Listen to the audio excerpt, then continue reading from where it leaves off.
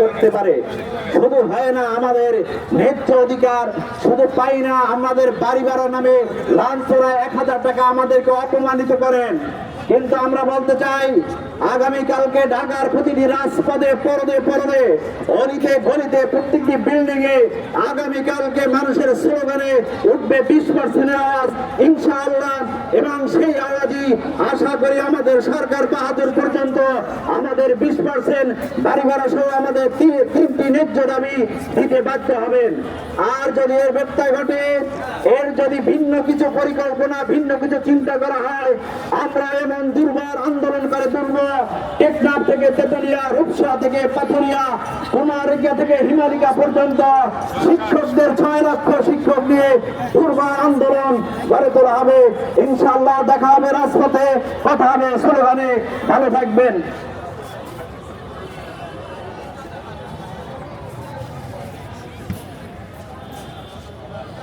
জনাব হাফিজুর রহমান, সাধারণ সম্পাদক, শিক্ষক সমিতি, বরগুনা।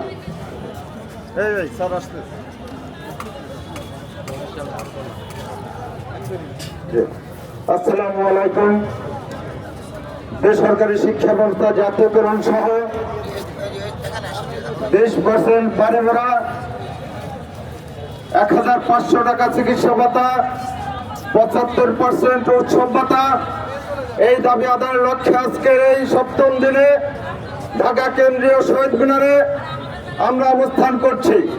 দুঃখের বিষয় বলতে হয়, বাংলাদেশ যখন আমরা সোনার দেশ হিসেবে গড়ার জন্য চেষ্টা করছি, সেই মুহূর্তে আজকের আমাদের বেসরকারি শিক্ষকদের রাজপথে আসতে হচ্ছে।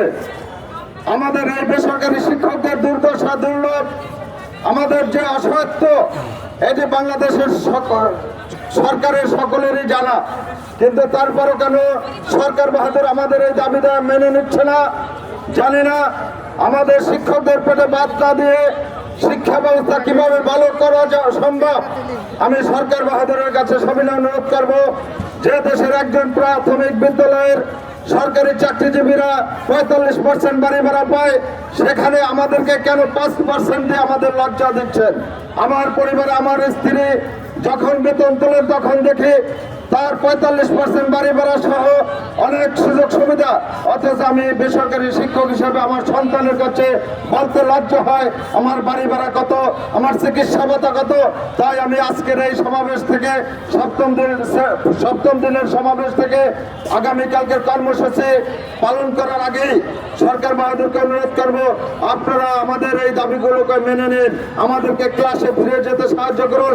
আমরা আবার ক্লাস যে আমাদের শিক্ষার্থীদেরকে শিক্ষাদানে আমরা ব্যস্ত হয়ে যাব, তাই আপনারা আমাদেরকে আমাদের ক্লাসরুমে ফিরে যাওয়ার জন্য সহায়তা করুন। ধন্যবাদ সকলকে।